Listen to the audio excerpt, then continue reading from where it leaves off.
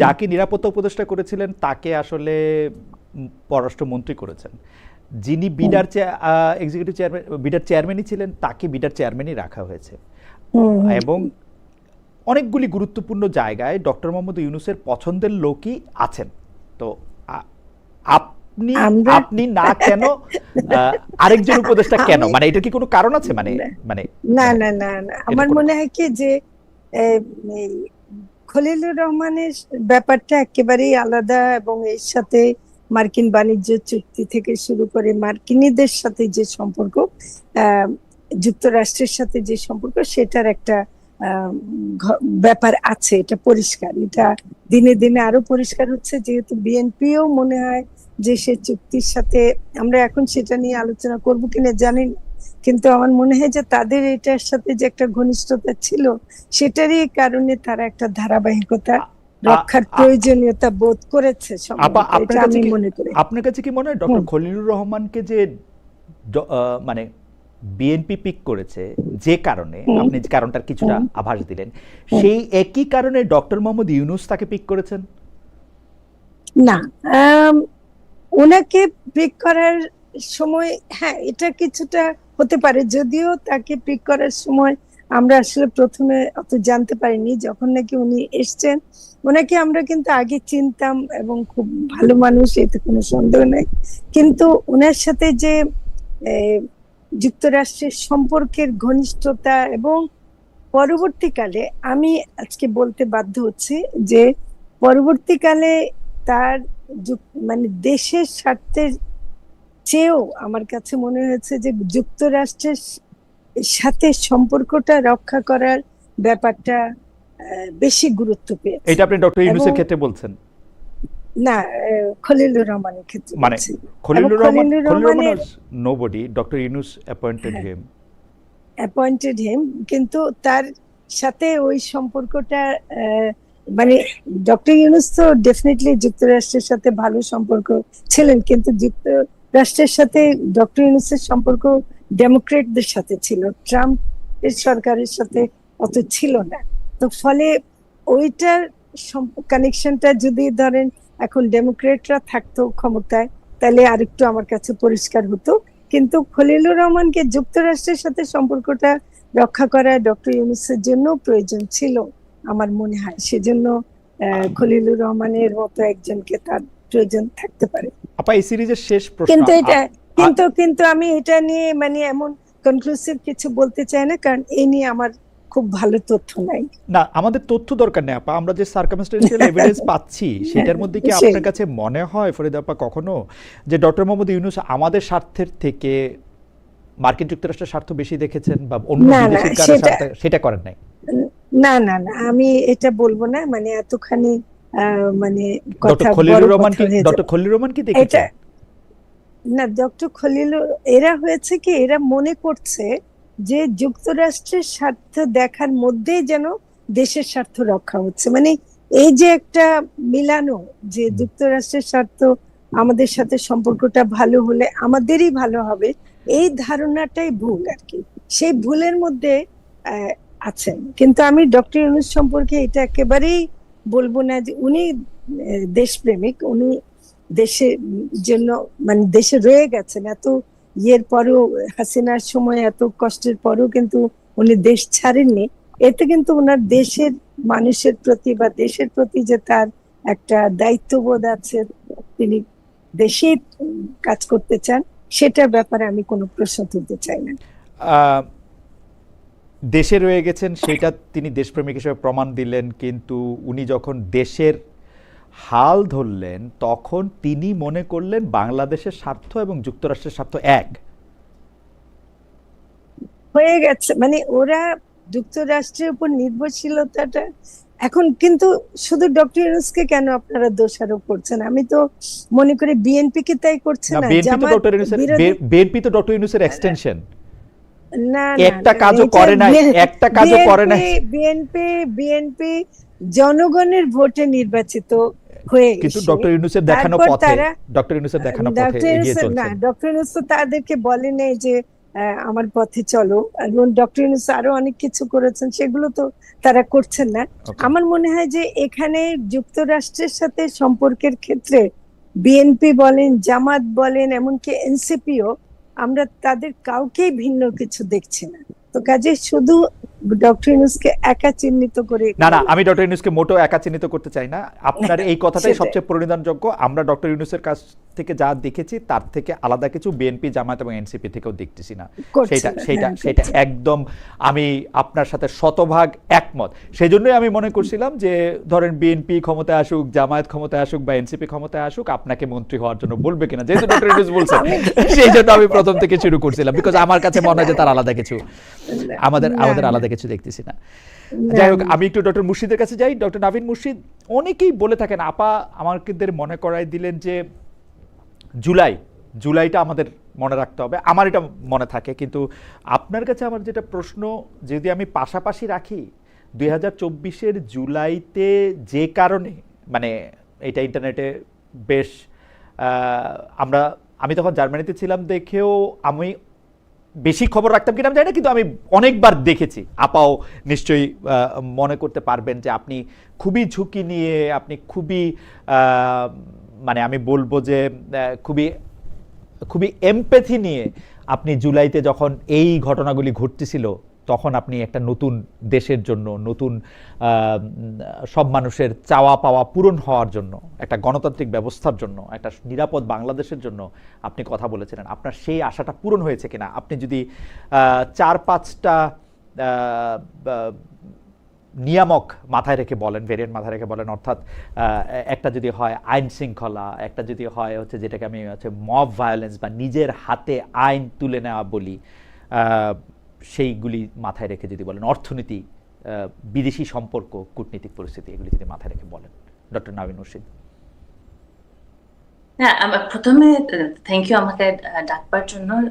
জুলাইয়ের আকাঙ্ক্ষা আসলে এই সময়ে এসে এত বড় একটা জিনিস, একটা বড় একটা আকার নিয়েছে যে সেখানে তো আসলে সবকিছু ঢুকানো সম্ভব না। কারণ এটা আসলে সবচেয়ে মানে সেই সময় আপনি মানে খুব সুন্দর করে বললেন ঝুঁকি নিয়ে ইত্যাদি, সাহসী ইত্যাদি। হ্যাঁ, আসলে ওগুলো কিছুই তো সে সময় আমাদের মাথায় কাজ করেনি। আমি যে সাহসী হওয়ার জন্য যাচ্ছি বা কিছু, সেটা একেবারেই তো না। হ্যাঁ, যে এটা যেমন আমরা যারা শিক্ষক, এবং এটা তখনও সত্যি, এটা আজকে হলেও আজকেও এটা সত্যি হবে, যদি আমরা দেখি আমাদের ছাত্রছাত্রীদের উপর আঘাত হানা হচ্ছে, আমাদের প্রতিবাদ করাটা, আমরা শিক্ষক হিসেবে আমরা এটাকে আমাদের দায়িত্ব মনে করি। হ্যাঁ, আমাদের ছেলে মেয়ে তুল্য।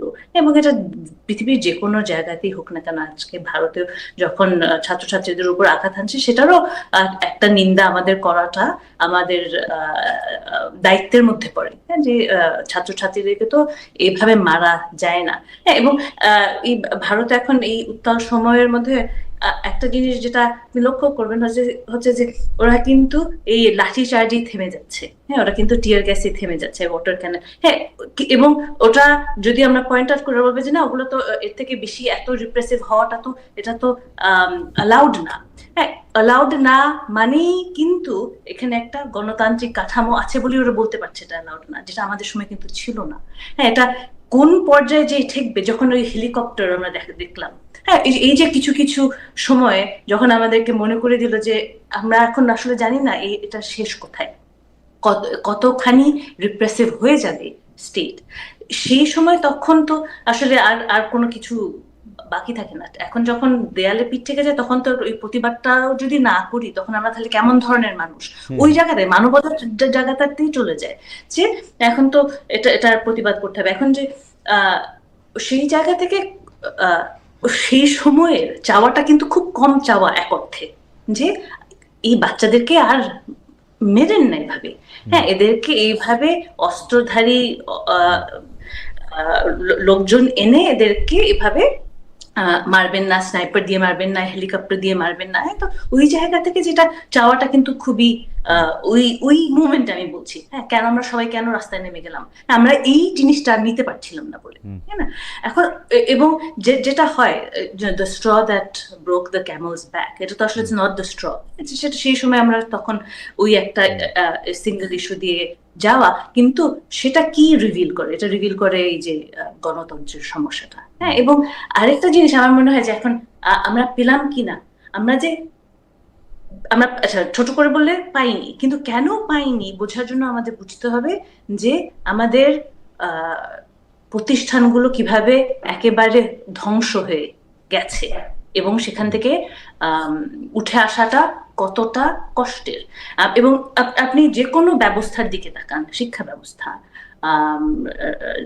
মানে যে বিউরোক্রেসি হোক, জাস্টিস সিস্টেম হোক, যে কোনো সিস্টেম হোক না কেন, আমাদের তো প্রত্যেকটা একেবারে শুরু থেকে ঘুরতে হচ্ছে ওরকম একটা অবস্থা, যার কারণে এখন এই সময় এসে এখন বিএনপির জন্য কিন্তু মায়াই লাগে যে এরকম একটা পরিস্থিতি তারা ইনহেরিট করলো, তাই না? যে এখানে প্রত্যেকটা জিনিস তিলে তিলে আমরা যেমন এক ধরনের, যেমন আওয়ামীর সময় দুটো জিনিস আমরা যারা একটু ক্রিটিক্যাল তারাও আমার মনে হয় বুঝতে পারিনি যে আমাদের অর্থনীতির অবস্থা কতটা খারাপ এবং আমাদের সামাজিক অবস্থাও কতখানি খারাপ, এবং অবস্থা আমাদের শিক্ষা ব্যবস্থায় বা কতখানি খারাপ। হ্যাঁ, যে এই যে একটা কার্পেট দিয়ে একটা ধোঁয়াশা দিয়ে রাখা, এটা এখন কার্পেট উঠে যাওয়ায় আমরা তখন দেখতে পাচ্ছি যে আসলে ধ্বংসস্তূপটা কেমন দেখতে। হ্যাঁ, যে আমাদের এখানে শিক্ষার অভাব, আপনি আশেপাশে তাকান, হ্যাঁ মানুষের কি এভাবে থাকার কথা ছিল? আপনি রাস্তার দিকে তাকান, এই রাস্তায় তারা খায়, যে এরকম তো সেই বাংলাদেশ তো আমরা চাইনি, তখনও চাইনি, এখনো চাই না। ওগুলো ওই যে উন্নয়ন দিয়ে যে আমরা যেভাবে মানে ভেবেছিলাম যে এক ধরনের অ্যাসপিরেশন, সেটা তো হয়ইনি, বরঞ্চ এখন সেগুলি বেরিয়ে আসছে এবং সেটার একটা সহিংস রূপ নিচ্ছে। ডক্টর মুর্শিদ, আমি ইনস্টিটিউশন ধ্বংসগুলি যে করা হয়েছে সেই ব্যাপারে আমি শতভাগ একমত, কিন্তু ইনস্টিটিউশনগুলি ধ্বংসের পরে সেগুলি ঠিক করার কি আর আমাদের আর কোনো উপায় নাই? আমরা এই পৃথিবীর সবচেয়ে ভালো অ্যাভেলেবেল বাঙালি ডক্টর মোহাম্মদ ইউনূসকে নিয়ে আসলাম ইনস্টিটিউশন ঠিক করার জন্য। তো উনি ইনস্টিটিউশন ঠিক করতে গেলে যা করলেন, অনেকগুলি ক্ষেত্রে ফরিদা আপাকে ওই চেয়ারে বসে থেকেও এর মধ্যে থেকে মন খারাপ করে থাকতে হয়েছে যে না, এটা ঠিক হচ্ছে না। চেয়ারের থেকে বাইরে হওয়ার পরে তো বটেই, উনি হয়তো মুখে বলেন নাই, আপনি বলছেন মুখে, স্ট্যাটাসে দিচ্ছেন যে এটা হয় না, এটা হয় না, এটা হয় না, এটা হয় না। তো ইনস্টিটিউশন ঠিক করার ক্ষেত্রে ডক্টর মোহাম্মদ ইউনূসের এটা উনি পারলেন না কেন? মানে উনাকে কোথায় আটকা ছিল? বরং আমি প্রশ্ন করতে চাই, আজকে আপনি যেদিকে ইঙ্গিত করতেছেন সেই জনতুষ্টিমূলক, যদিও উনি কোনোদিন ইলেকশন করবেন না বা করেন নাই, উনি জনতুষ্টিমূলক কাজগুলি তো করতে থাকলেন, যে বেশিরভাগ লোক যেটা পছন্দ করে, ন্যায় হোক অন্যায় হোক, যেটা মব, সেগুলি প্রত্যেকটাই উনি সাপোর্ট করছেন। ইনস্টিটিউশনগুলি ধ্বংস করার ক্ষেত্রে উনি অনেক বড় অবদান রাখছেন, বিএনপি তো রাখতেই আছে। তো এইটা কেমনে? এবং আপা, আমি শেষ কথা বলি, আপা এক লাইনে এটা বলে দিছে না, আমরা একটু ডক্টর মুর্শিদকে শুনে আসি আপা, যে আপা এক লাইনে বলে দিছে, তারপর আমি একটু বলবো যে আপা এক লাইনে বলে দিছে যে আমি তো কোনো পার্থক্য দেখি না জামাত, এনসিপি, বিএনপি, এই তারপরে ডক্টর ইউনূসের সময়কালের মধ্যে। আপনি যদি একটু বলতেন ডক্টর মুর্শিদ। আর আমি একটা দর্শকের একটু মতামত শোনাই, জালাল আহমেদ, উনি মন্তব্য করছেন, খালেদ ভাই আপনি নাম্বার 1 তেলবাজ, সেটা কি মানেন? না ভাই মানি না। ডক্টর মুর্শিদ আপনি বলেন। না, এটা না, আমার কাছে মনে হয় যে দেখার জন্য আমাদের মনে রাখতে হবে যে আমাদের এই যে আমরা বলতে পছন্দ করি যে গত 15 বছর হচ্ছে আমাদের অথরিটেরিয়ান রেজিম, আমাদের অথরিটেরিয়ান হিস্ট্রি কিন্তু আরো অনেক লম্বা। আমরা এরশাদের সময়টা কেন বাদ দিব? জিয়ার মিলিটারি রুল কেন বাদ দিব? আমরা যদি পুরোটা মিলে দেখি, আমরা তখন দেখি যে আমাদের অথরিটেরিয়ান এক্সপিরিয়েন্সই সবচেয়ে বেশি। তার মানে কি? তার মানে আমরা অনেক কিছু শিখিনি, তার মানে আমরা গণতান্ত্রিক ভাবে কিভাবে কাজ করতে হয়, গণতান্ত্রিক চর্চা মানে কি সেটা পর্যন্ত জানি না। এবং এর মধ্যে যা হয় হচ্ছে কি, নতুন প্রজন্ম আসতে থাকে এবং আমরা কেউই জানি না আসলে how to hold government accountable.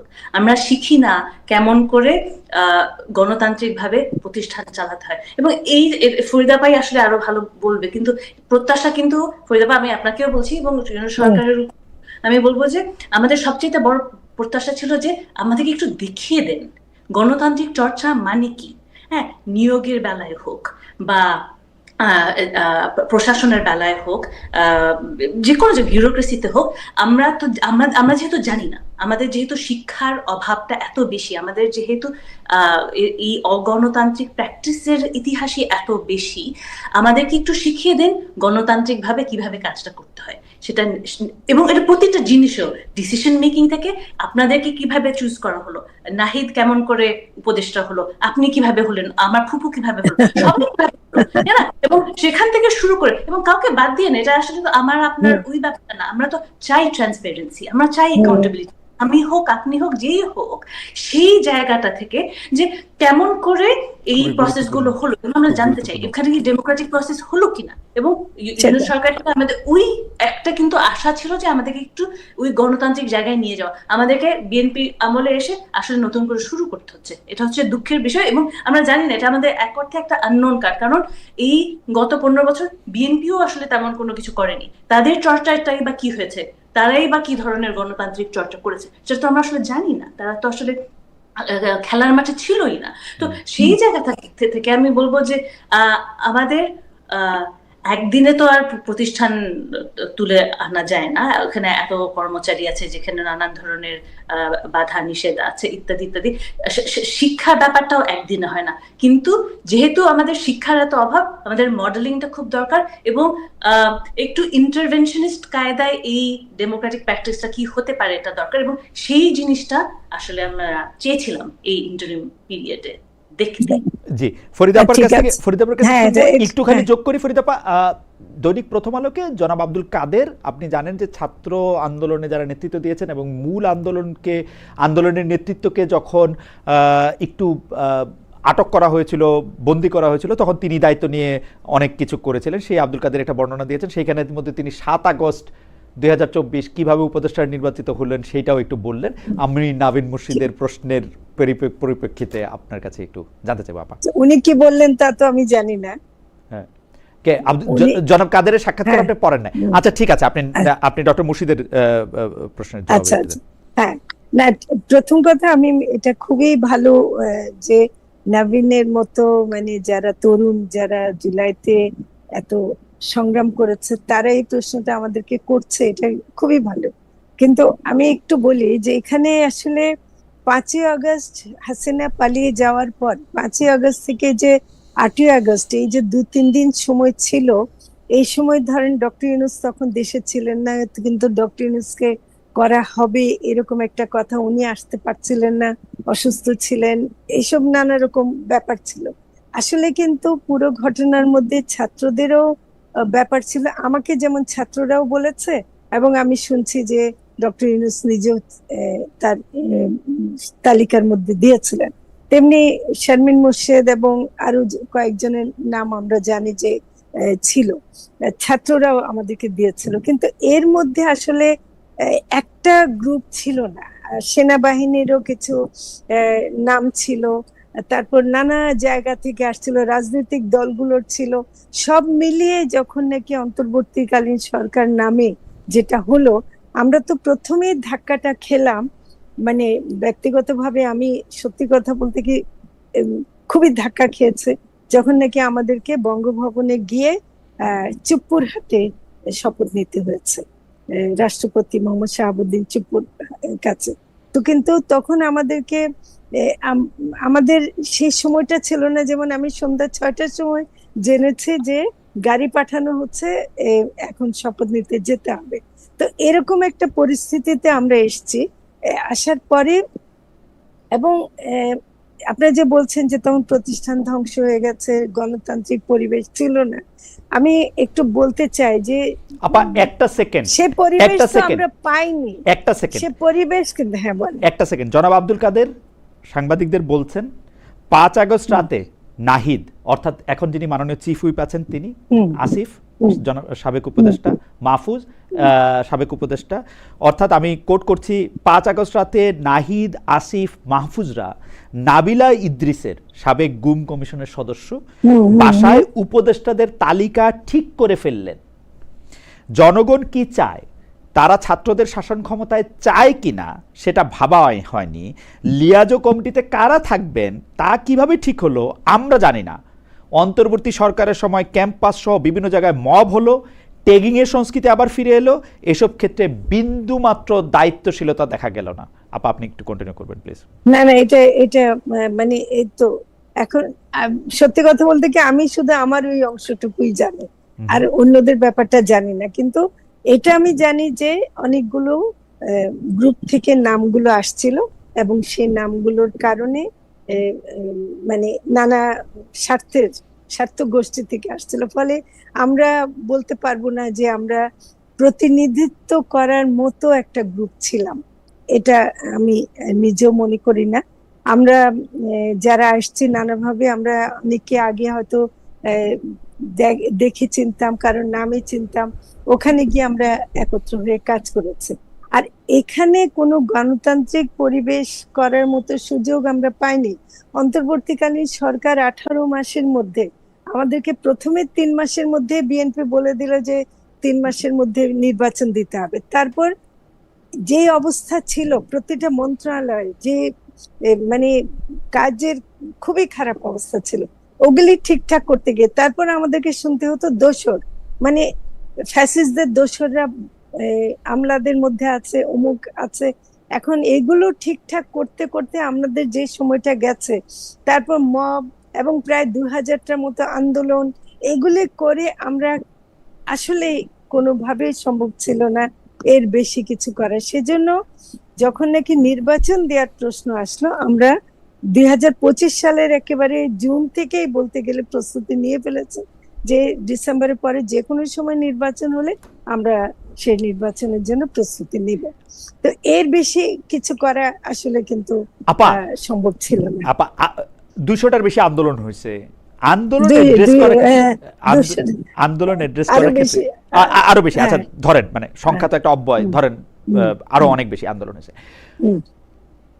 তো এই আন্দোলন অ্যাড্রেস করার ক্ষেত্রে আপনারা যখন সরকারে ছিলেন তখন পিক এন্ড চুজ করছেন, মানে কারে গরম পানি দিবেন, কারে ঠান্ডা পানি দিবেন?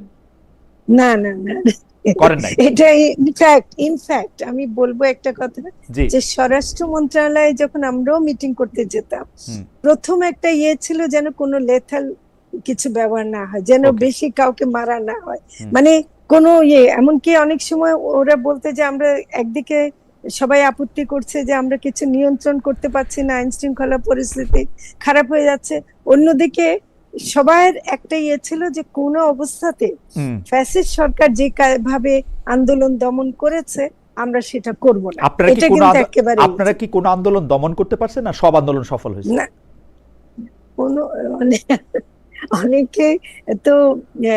অনেককে তো সরাতে হয়েছে, অনেক আন্দোলন চলেছে, কিছু কিছু সফল হয়েছে, সব সফল হয়নি, নানাভাবে হয়েছে, এটা এক কথায় উত্তর দেওয়া যাবে। বিচারকদের বিচারাঙ্গনে আমরা দেখলাম 106 দিয়ে, আপনি যেটা বলতেছিলেন যে শাহাবুদ্দিন চুপ্পুর কাছ থেকে যে আপনার শপথ নিতে সেটাতে আপনার আশ্চর্য হয়েছিলেন, কিন্তু আপনারা আর্টিকেল 106 এর মধ্যে থেকে আপনারা এটা আবার একটু সুপ্রিম কোর্টের মতামত আপনারা নিছেন। তো যারা মতামত দিছে সেই বিচারকদেরকে হঠাৎ একটা বাংলাদেশে হলো যে এই বিচারকরা কি জানি একটা করতে চাইতেছে, আসো সবাই মিলে আমরা ঘেরাও করি, ঘেরাও করে তাদেরকে পদ থেকে বাধ্য করি। এবং আপনারা এটাতে খুব মানে বাধা তো দেন নাই, ফেসিলিটেট করছেন কিনা সেটা একটু জানতে চাই, মানে ওইটা আপনারা চাইছিলেন যে ওইটা? এগুলো আমার ক্ষেত্র ছিল না, কিন্তু আমরা নিশ্চয়ই এগুলো জানতাম। আমরা যখন সবাই মিলে বসতাম, এটা কখনো আমরা ফ্যাসিলিটেট করার প্রশ্ন আসে না। আমরা যখন নাকি সরকারে ছিলাম তখন সরকারের মতোই ভূমিকা রাখার চেষ্টা করেছি।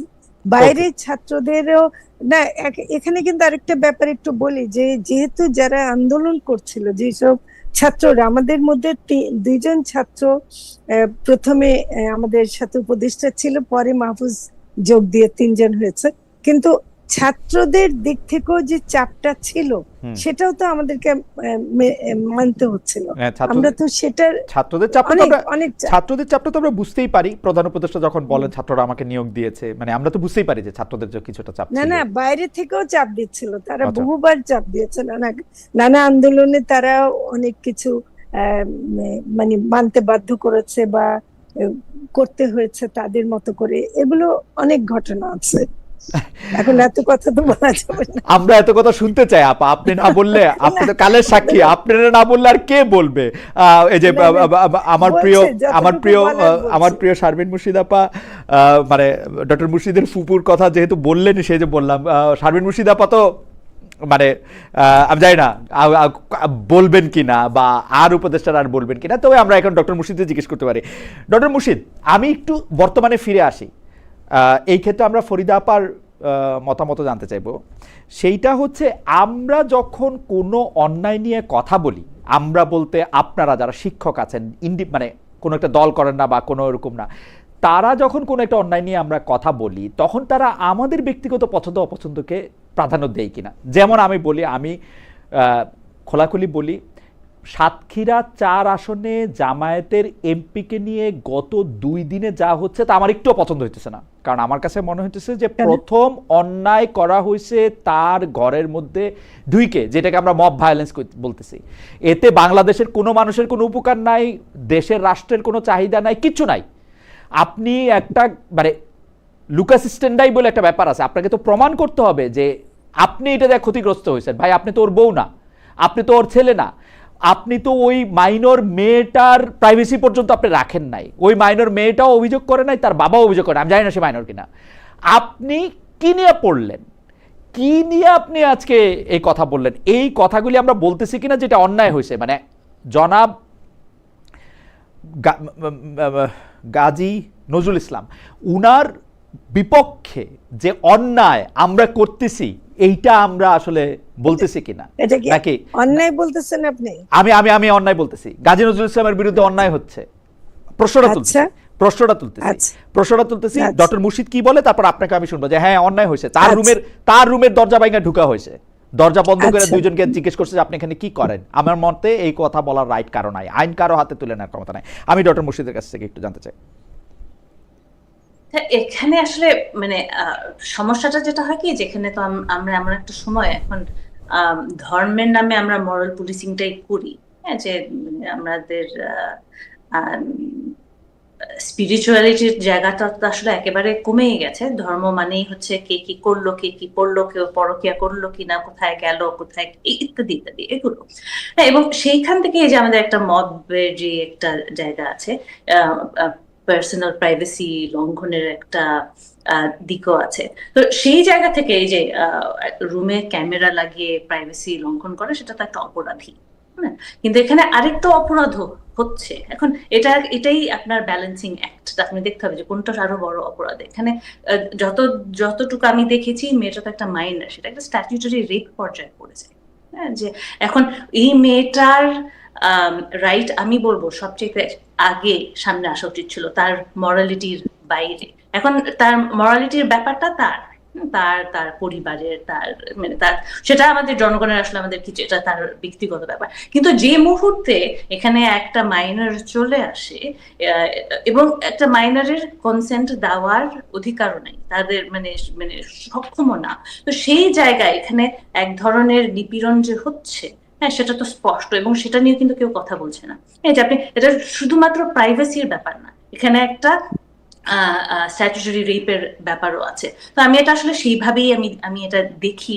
এবং এখানে যে অন্যায়টা হচ্ছে, সবচেয়ে বড় অন্যায় হচ্ছে মেয়েটার প্রতি, একটা তো এই লোকের দ্বারা এবং এই সমাজের দ্বারা, যে তাকেই আবার ডক্টর মুর্শিদ, আপনি কি এই কথাটা বলতেছেন তাকে মাইনর ধরে নিয়ে? যেমন মানে সে মাইনর হইলে আপনার এই কথাটা ঠিক আছে, যেমন আমিও তারে মানে মাইনরই মনে করতেছি। আমাকে একজন দর্শক তৌফিকুর রহমান, ইন্টারেস্টিং, উনি বলতেছেন খালেদ ভাই আপনি কি গারল, আপনি বলতেছেন তো মেয়েটা মাইনর, তাহলে একজন মাইনরের সাথে গাজী সাহেব কি করেন? ওয়েল ফাইন, কিন্তু আমরা কি ফরিদা আপা আসছি আপনার কাছে। আচ্ছা, আমি একটু বলতে চাই একটু। হ্যাঁ, মুর্শিদ শেষ করবে না আপনি বলবেন?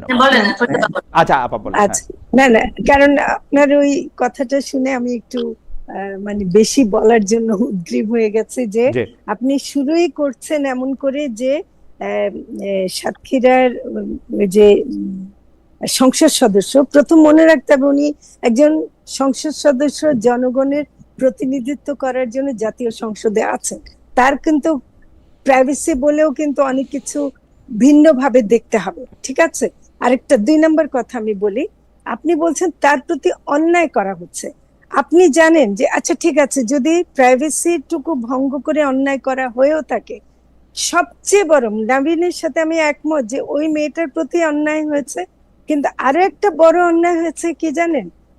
যেটা জনাব নজরুল ইসলাম, ওনার নাম গাজী নজরুল ইসলাম না, উনি যেটা করেছেন যে তার প্রথম স্ত্রীকে লিখিত বক্তব্য একটা দিয়ে পড়তে দিয়েছেন যে এটা তিনি জানেন এবং ওই মেয়ে তার বিবাহিত স্ত্রী।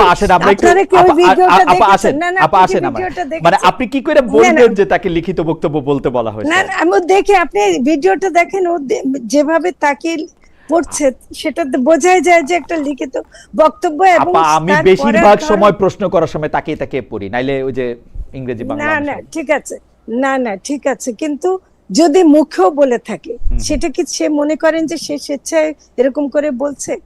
এটা হতে পারে কখনো? বাংলাদেশে এটা কোনো না- বাংলাদেশে কত মানুষ আছে যারা মনে করে তার হাজবেন্ড আরেকটা বিয়ে করুক। আমার না, এটা আপনি ভাবতে পারেন, এটা আপনি আমি ভাবতে আমি পারেন, কিন্তু আমি আমরা আমি ভাবতে পারি গ্রুপে না। আমি গ্রুপে দেখি তো না, মাসনা সুলাসা না, এসব না। কি জানি হইতে চায়। না আমি মনে করি যে আপনি একটু সিরিয়াসলি শুনেন কথাটা। আমি আচ্ছা, কিন্তু ঠিক আছে, ওকে। এখানে এখানে গাজী নজরুল ইসলামের প্রতি কি হয়েছে না হয়েছে, এবং সেটা আমি একটা প্রথম যেটা প্রশ্ন তুলতে চাই যে উনি একটা জামাতে ইসলামী নামে একটা দলের সংসদ সদস্য, যেখানে নাকি ইসলামের কথা তারা খুব বলেন, ঠিক আছে? কিন্তু তিনি এখন একবার বিয়ে করেছেন, ওনার বয়স দেখে তো বোঝা যাচ্ছে ওনার বিয়ে হয়েছে অনেক দিন হলো, এবং উনি একটা এই বয়সে তার চেয়ে দীর্ঘ মানে পার্থক্য, অনেক বড় পার্থক্যের একটা মেয়েকে উনি বিয়ে করেছেন, এবং বিয়ে করেছেন বলতেছেন, এবং সেখানেও কিন্তু অনেক অনেক গরমিল আছে। কখনো এটা দেখা যাচ্ছে যে 17 তারিখে বিয়ে হয়েছে, কখন 23 তারিখের কথা, কাবিন নামাটাও ঠিক নাই। কাজী নিজে বলছেন যে ওনাকে বলা হয়েছে আপা আমি একটা এভাবে প্রশ্ন কাবিন করব, লিখতে। আপনি তো এগুলোর গভর্নমেন্ট মধ্যে না, আপনি আগে আমার কথাটা শুনেন, আচ্ছা ঠিক আছে যে বলেন আপা। এগুলোর মধ্যে আপনি কোনো অন্যায় দেখেন না? না দেখি না উনি কেন, একটা আমি বলি সংসদ সদস্য, দেখি না তার কেন আমি প্রভাব বলি খাটিয়ে দেখি না উনি কেন এগুলো আমি বলি। করতে পারেন? দেখি না আমি এটা কেন। কি উনি করতে পারেন? দেখি না কেন আপা, আমি আপনি আপনাকে বলি। বলেন, কেন বলেন? আপনি গরমিলটা পাচ্ছেন তাকে চ্যালেঞ্জ করার পর, আপনি চ্যালেঞ্জটাই করতে পারেন না তারে। কেন না পারেন না। আপনি চ্যালেঞ্জ কেন? করার আগে ওই মেয়েটা বা ওই মেয়েটার অভিভাবকের, ওই মেয়েটা যদি মাইনর হয় ওই মেয়েটার অভিভাবকের চ্যালেঞ্জ করতে হবে, এবং রাষ্ট্র তাকে তার বিরুদ্ধে অভিযোগ আনতে হবে, তাকে আমরা আত্মপক্ষের তো- সমর্থন দিতে আমরা হবে, তো- আত্মপক্ষের সমর্থনের সুযোগ দিতে হবে, তারপর এটা করতে হবে। আমি এরকম একটা তাহলে ন্যায়ভিত্তিক সমাজ চাই। আপনি আপনি হ্যাঁ, আপনি কিরকম ন্যায়ভিত্তিক, যে পুরুষতান্ত্রিক ন্যায়ভিত্তিক সমাজ? না না হলে পুরুষতান্ত্রিক সেটা না বড় আপা, কথা। আপনি এটা আপনি আমাকে এটা বলেনই না, এটা আপনাকে বলে না, এটা আমি পুরুষতান্ত্রিক নিব না। না, এটা না, পুরুষতান্ত্রিক, আমি পুরুষতন্ত্রের সাথে এটাতে এটা মনে সম্পর্ক করি নাই, পুরুষতন্ত্রের সাথে এখানে সম্পর্ক নাই আমার এর সাথে। নজরুল ইসলাম সাহেবের সাথে যা হয়েছে তার চাইতে বড় অপরাধ হয়েছে ওনার প্রথম স্ত্রীর প্রতি এবং এই মেয়েটির প্রতি। আমি এই এবং কথাটাও বলতে মেয়েটির চাই, যে জীবন, আমরাই কিন্তু এই তার মেয়েটি প্রথম শুনেন, স্ত্রীকে এই বক্তব্য দিতে মেয়েটি বাধ্য চাকরির করছি, জন্য মেয়েটার গিয়েছিল। চেহারা দেখাইছি, মেয়েটাকে গিয়েও চ্যালেঞ্জ এই করছি। মেয়েটি- আপনি দেখেন এই মেয়েটাকে গিয়েও মেয়েটি চ্যালেঞ্জ করছি। চাকরির জন্য গিয়েছিল, উনি জোর সুপারিশ করেছেন, উনি ওই ওই তার মানে বোঝাই যাচ্ছে। আচ্ছা, আরেকটা কথা আমাকে একটু বলেন তো, যে যদি এই ভিডিওটা প্রকাশ না হতো, এটা মানে ভিডিওটা প্রকাশ হয়ে ভালো হয়নি কিছু বুঝলাম, কিন্তু যদি প্রকাশ না হতো তাহলে ওনার এই অন্যায় কাজ কি চলছিল? তাহলে এইভাবেই চলতো? আপা আমি আপনাকে এভাবে আমি আপনাকে আমি এরকম আপনাকে বিয়ে পাল্টে করে একটা বিয়ে প্রশ্ন করে করি। যেতেন? আমরা একটা ভিডিও দেখেছি এইরকম অন্তত 5000 ঘটনা ঘটতেছে, 50,000 ঘটনা তো ঘটতেছে সবগুলো- বাংলাদেশে। হ্যাঁ সবগুলো 50,000, টাকা আনতে এর হবে। একটি ঘটনাও কি এই ভিডিওর জন্য মানে ইতিবাচক বা নেতিবাচকভাবে প্রভাবিত হয়েছে বলে আপনি মনে করেন? না, সমাজে কিন্তু প্রশ্নটা, প্রথম কথা হলো একজন সংসদ সদস্য হিসেবে প্রশ্নটা ওঠাটা খুব জরুরি ছিল, এবং একজন মানে উনি সংসদে যেতে পারেন কিনা, জনগণের প্রতিনিধিত্ব করতে পারেন কিনা, আর 50টা ঘটনা বা 100টা ঘটনা যদি ঘটে থাকে তাদেরকে শিক্ষা দেওয়ার জন্য ওনার শাস্তি হওয়া উচিত। এবং উনি এটা অন্যায় করেছেন, উনি এটা প্রচন্ড অন্যায় করেছেন। ওনার এই বিয়েটা কি নৈতিক হয়েছে? ওনারা ইসলামের কথা বলে, আমি একটা কথা বলে একটু, না না নৈতিকতা তো আলাদা জিনিস আপা। আমি একটু কথা বলি। জি আপা। ওনারা ইসলামের কথা বলে সূরা নিসার শুধু সেই অংশটাই ওনারা নিচ্ছে, যে যদি আমি একটু বলি যে বিবাহ করো 2, 3 অথবা 4, যদি তোমরা বিবাহ করো 2, 3 অথবা 4, অথবা একটি, তোমাদের ভালো যদি না লাগে 2টি, 3টি অথবা 4টি। হ্যাঁ, কিন্তু পরের অংশটা কেউ বলে না, আর যদি ভয় করো যে তোমরা সমান আচরণ করতে পারবে না তবে একটি। তাহলে কি 4টা বিয়ে জায়েজ? আপা এটা বলেন। উনি আপা যে আপনি দ্বিতীয় যদি বিয়ে আপনি যদি কোরআন আরো অনেক পড়েন, আপনি যদি কোরআনের ভাষাটা খেয়াল করেন, আপনি দেখবেন কোরআনে প্রথম যেগুলি বলা হয় সেগুলি হচ্ছে ডিরেক্টিভ, বাকিটা হচ্ছে ওজর বা আপত্তি বা বিশেষ অবস্থা। সমান আচরণ, না না আমি বলি, সমান আচরণ আপনি কারোর সঙ্গে করতে পারবেন না এই পৃথিবীতে। এটা হচ্ছে হ্যাঁ, তাহলে সমান্তরাল বিয়ে রেখা, করবেন না সমান্তরাল এতগুলো, রেখা অসীম বিন্দু থেকে এতগুলো মিলিত বিয়ে হয়। করার দরকারটা কি? তাহলে এতগুলো সমান্তরাল বিয়ে রেখা করেন অসীম না। বিন্দু থেকে মিলিত হয় ওই রকমের মতো। ঠিক আছে, এতগুলো বিয়ে করেন না, তাহলে আল্লাহ তো বলে দিচ্ছে সমান করতেই হবে। না না, যেখানে আল্লাহ বলে দিচ্ছে এটার সমান ইন্টারপ্রিটেশন, করতে হবে। এটার ইন্টারপ্রিটেশন সম্পূর্ণ আলাদা। আমি অসংখ্য ইসলামিক ক্লেরিক্সের কাছে শুনছি মুসলমান থাকতে হলে একাধিক বিয়ে করতেই হবে, এবং এমন না, কোন মুসলমান ক্লেরিক নাই। কিন্তু বলে যে এটার মানে এটা কিন্তু আপনি একটা বিয়ে। কিন্তু হ্যাঁ, এই কোয়ালিফিকেশন মানে একটা বিয়ে করতে হবে, যে একটা আচ্ছা, বিয়ে করতে হবে। সেটা তো হচ্ছে যে আমাদের মানে উইশফুল থিংকিং, সেটা তো আমাদের উইশফুল থিংকিং, No, ওরা no, কি বলে no, সেটা। no.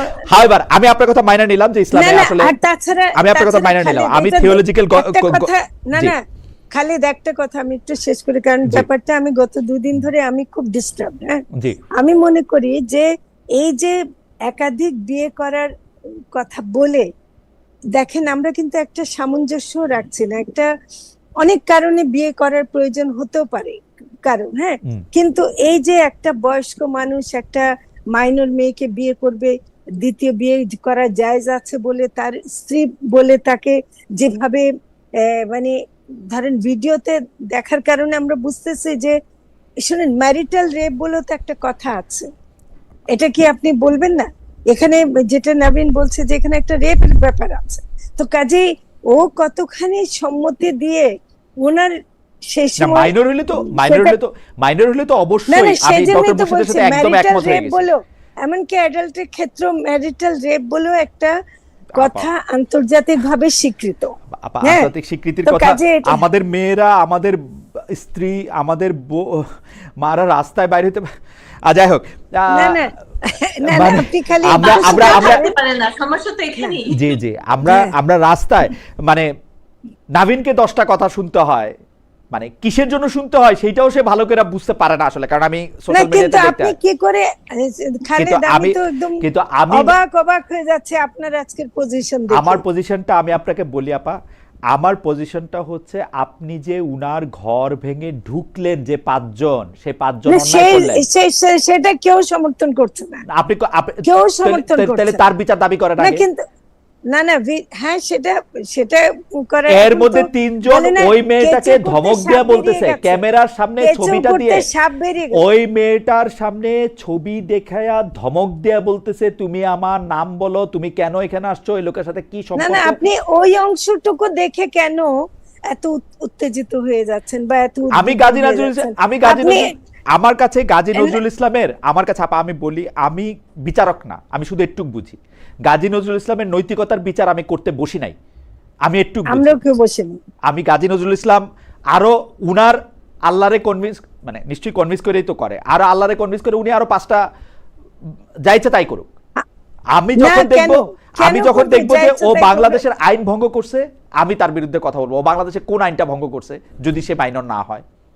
আমি চেহারা দেখে কিন্তু বোঝা যায় না কে মাইনর কে মেজর আপা, আমি এটা আপনাকে বলতে পারি। আপনি কেন, আমি সত্যি সত্যি খালেদ, আমি আজকে একটু হতাশ হলাম আপনার সাথে, মানে আপনার এরকম অস্থির হয়ে যাওয়া।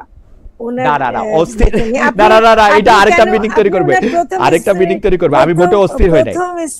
প্রথম স্ত্রীর কে দিয়ে বলানো, এবং এমনকি মেয়েটাকেও দিয়ে বলানো, মেয়েটার বাবাকে দিয়ে বলানো, ফর্মুলা না, এগুলো শুনেন, এগুলো অন্যায়, এগুলো চরম অন্যায়। ওকে, আমি আপনার সাথে একমত যে এইগুলি অন্যায়, চরম অন্যায়, আমি আপনার সাথে একদমই একমত। আমাদের একজন দর্শক নাইম খান, উনিও বলছেন, খালেদ ভাই আপনি গায়ের জোরে জামায়াতের এমপি সাহেবকে নির্দোষ দাবি করছেন। হ্যাঁ, ঠিক। ওকে, ঠিক থাকলে তো আর এটা নিয়ে দুই কথা নাই। ডক্টর মুর্শিদ, আপনি যোগ করতে চাইছেন কিছু? আমরা পরের প্রসঙ্গে যাই। না, এটাই আমিও ফরিদার সাথে আমিও একমত। এখানে কয়েকটা লেভেলের অন্যায় তো আসলে, এই যে চাকরির জন্য যে যেতে হচ্ছে, এবং এটাকেও কিন্তু আমি নিপীড়নই বলবো। হ্যাঁ, সামান্য একটা চাকরির জন্য তাকে এখন তার সাথে একটা ঘরে যেতে হবে, এটা কি চরম ভয়াবহ একটা জিনিস। এটা যদি একটা আমাদের দেশে, আপনি বলেন 5,000, 6,000, হাজার হাজার হয়, এটা যদি আমাদের দেশের চিত্র হয়, আমরা তো একটা ভয়াবহ একটা সময় আছি। হ্যাঁ, এটা তো অ্যাবসলিউটলি অন্যায়। আপনি ওই জায়গায় যেতে চাইলে যেতে পারেন, কিন্তু একটা সামাজিক জায়গা থেকে এটা তো আসলে অন্যায়। এবং আপনি দেখবেন গালি দেওয়ার সময় গালিগুলো দিবেন মেয়েগুলোকে, তাই না? কিন্তু ব্যবস্থা তো আসলে করে রেখেছেন আপনার এই মন্ত্রী মহোদয়। হ্যাঁ, যেখানে এই MP সামান্য চাকরির জন্য এই ধরনের ব্যবহার করতে হবে। না আপা, আপনি দেখেন ডক্টর মুর্শিদ, আপনিও দেখেন কয়েকদিন আগে জনাব মামুনুল হক ঘোষণা করলেন 501কে সেলিব্রেট করতে হবে। এখন আমরা জানি যে উনাকে নানা সময় নানা কারণে আগের সরকার নানাভাবে নিপীড়ন করেছে, কিন্তু আমরা আসলে 501টা সেলিব্রেট কেমনে করব? মানে আমাদের কেউ কি আমরা বলছি যে আমরা এখন 501টা কেমনে সেলিব্রেট করব? উনি তো শিক্ষক মানুষ, উনারও তো বলা উচিত, আমাকেও তো বলা মানে আমাকেও তো শেখানো উচিত যে ধরেন আমি উনার মতের সাথে একমত, আমি 501টা কেমনে সেলিব্রেট করবো? হোটেলে যাব? মানে হোয়াট ডু আই ডু? তো এগুলো বাজে এগুলি বাদ কি বাদ আপা, এগুলি বাদ কি বাদ না, উনি অনেক সম্মানিত শিক্ষক ডক্টর মুর্শিদ। এটা বলছে বাজে ব্যাপার। আপনি যদি এই জায়গাটার মধ্যে থেকে একটু আমাদেরকে বলেন যে প্রকাশ্যে এই গত অন্তর্বর্তীকালীন সরকারের সময় একটা মেয়েকে বাজে কথা বলার জন্য যাকে তড়িঘড়ি করে কারাগারে নেওয়া হয়েছে, তাকে আবার ফুলের মালা দিয়ে বরণ করা হয়েছে এবং অনেকগুলি ভালো কথা তাদের বলা হয়েছে। এইটা নিয়ে আমরা জীবনেও কোনো মানে ডক্টর মোহাম্মদ ইউনূসের প্রতি আমার ভালোবাসার সীমা নাই, কিন্তু উনাকে একটা কথা আমি বলতে শুনি নাই। উনি একটা নারী, এটাকে কি বলে, নারী কমিশন করলেন। সেই নারী কমিশনের যে রেকমেন্ডেশন, সেটা যে উনি কোথায় রাখছেন এটা ফরিদাপা ছাড়া কেউ বলতে পারবে না মনে হয়। আপনি কি জানেন ডক্টর মুর্শিদ এই রেকমেন্ডেশনগুলি কোথায় রাখা হয়েছে এবং কেন? মানে অপরাধটা কি সেই রেকমেন্ডেশনের? মানে কেন মানুষ আমাকে বলে যে আমি ডক্টর মোহাম্মদ ইউনূসের অনেক সমালোচনা করি, কিন্তু আমি ভালোটা কি বলবো? আপনি শিখাই দেন আমার যে এইটা আমি ভালো বলবো। না, ভালো খোঁজেন, ভালো পাবেন নিশ্চয়, কিন্তু নারী কমিশন নিয়ে যা হচ্ছে সেটা অন্যায় হচ্ছে। কিন্তু সেই অন্যায়ের কথা তো ডক্টর ইউনূসও বলেন না, আমার স্যার আলী রিয়াজও বলেন না। একটার সাথে তো আরেকটা জড়িত। ব্যাপারে আলী রিয়াজ অনেক দায়ী, কমিশন গুলোর ব্যাপারে। কমিশনে এই যে যতগুলো সংস্কার কমিশন হয়েছিল, আলী রিয়াজ তো নারী কমিশন করারই মানে পক্ষে ছিল না। নারী কমিশন আমরা শারমিন, আমি এবং আমরা কয়েকজন এটা বলে করাইছিলাম। শ্রম কমিশন করে নাই, তারপর আরো কয়েকটা কমিশন করে, পুলিশ রিফর্ম কমিশন, আমলা রিফর্ম কমিশন, মিডিয়া কমিশন। আপনি বারবার আমার অনুষ্ঠানে আইছো, আপনি এখানে অনেক দায়ী, অনেকখানি দায়ী। আপনি আমার স্যারকে গালি দিবেন আর নোবেল লরিয়েটরে গালি দিবেন না, মানে সরি গালি দেওয়ার দরকার নাই, আপনি সমালোচনা করবেন না। মানে আলী রিয়াজ কি একলা করছে? ডক্টর মোদি যা কইছে তাই করছে? না না না, উনার অনেক মানে ভূমিকা এখানে ছিল, আমি বলবো একটু নেতিবাচক ভূমিকায় ছিল। এই যে পুরো ঐক্যমত্য কমিশনটা হলো, আপনি ঐক্যমত্য কমিশনের মিটিং গুলোর ছবি দেখছেন? কোন মহিলা ওখানে ছিল? কোন সময় এনসিপির কেউ গেলে সাথে হয়তো একজন গেছে, এছাড়া কোনো মহিলা কখনো ছিল না। কাজে ঐক্যমত্য কমিশনের যে পুরো ঘটনাটা, সেটার জন্য আলী রিয়াজ দায়ী। কারণ ডক্টর ইউনূস তো ওনার উপর ছেড়ে দিয়েছিল, ডক্টর ইউনূস তো ডিকটেট করেনি ওনাকে। আমি ডিফেন্ড করছি না, আমি বলছি যে আলী রিয়াজের দায়টাকেও এড়াতে পারবেন না। আমি ডক্টর নাভিন মুর্শিদের কাছে নতুন একটা প্রসঙ্গ নিয়ে আসছি। তার আগে দর্শকদের কাছে আমরা জানতে চেয়েছিলাম যে নিকট ভবিষ্যতে বাংলাদেশে জ্বালানি তেলে কোনো সংকট হবে না দাবি করছে সরকার। প্রিয় দর্শক, সরকার এই কথায় আস্থা রাখা যায় কিনা? শতকরা 22% এতে আস্থা রাখছেন, শতকরা 78% আস্থা রাখছেন না। 7,100 ভোট দেওয়া হয়েছে। আমাকে রিপন উনি বলছেন যে আজকে খালেদ ভাইয়ের কথা শুনে অনেক বেশি হতাশ হলাম। আর তৌফিকুর রহমান বলেছেন যে খালেদ ভাই আপনি এতই ভীতু যে ডাক্তার ইউনূস যে সরাসরি ভণ্ড, প্রতারক আর স্বার্থপর বলতে পারেন না। পারি না। 3 নাম্বার মানে ডক্টর মুর্শিদকে যে প্রশ্ন করতে চাই সেটা হচ্ছে যে বিএনপি সরকারের 5 মাস পার হয়েছে, তারা খাল খনন, কাঠ বিতরণ মানে এইসবের কথা অনেক বলতেছে, মানে সোশ্যাল সেফটি নেটটা অনেক বেশি স্ট্রং করতে চাইতেছে, কিন্তু আইন শৃঙ্খলা পরিস্থিতি, বিনিয়োগ, জ্বালানি পরিস্থিতি, বিশেষ করে আমাদের বৈদেশিক বাণিজ্য, কর্মসংস্থান যেগুলি তাদের অনেক বড়, সেই সব জায়গায় আমরা অনেক বেশি ঘাটতি দেখতে পাচ্ছি কিনা, বা নাকি আপনি মনে করতেছেন যে আরো একটু সময় দেওয়া দরকার বা ঠিক পথেই আছে? আমার মনে হয় যে এই যে এটা যেটা বলছিলাম, ওরা এরকম একটা পরিস্থিতি ইনহেরিট করেছে, যেটা আমি মনে করি যে আসলে খুবই আনফরচুনেট। যে এখানে আপনি দেখেন কতগুলো ক্রাইসিস, একটা এই যে জ্বালানি, ওখানে ইরান যুদ্ধ, তারপরে এই হামের অবস্থা, তারপরে এই যে বন্যা, তারপরে এখানে তো চলছে এই যে রোহিঙ্গা ক্রাইসিস, এখানে মানে এখানে তো মানে চলছে এরকম নানান ধরনের অসুবিধা। এরই মধ্যে আমার মনে হয় যে এই যে সোশ্যাল সেফটি নেট গুলোকে যে গুরুত্ব দিচ্ছে, সেটা ইম্পর্টেন্ট। এখানে আবার ওই যে ফরিদা শুরু করলেন এই মার্কিন বাণিজ্য চুক্তি নিয়ে, যেটা আমার মনে হয় মানে একটা আনসার্টেনটির একটা জায়গা, সেখানে একটা চিন্তার বিষয়, একটা যেটা হয়তো আমি মানে আমি বাদী হতে চাই। এবং কারণ আসলে আশাই যদি না রাখতে পারি, তাহলে আমাদের আর আছেই বাকি।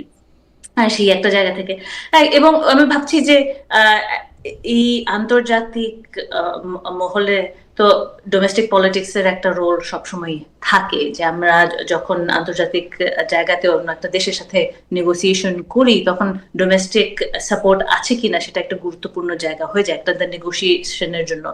যদি আমরা বলি যে না, আমাদের এখানে সাধারণ মানুষ এটার পক্ষে নাই, আমরা এখন একটা নির্বাচিত গণতান্ত্রিক সরকার, সেখানে আমি মনে করি যে একটা লেভারেজ আছে, যেটা একটু ডিফারেন্ট ইন্টারিম সরকারের সময়ের থেকে।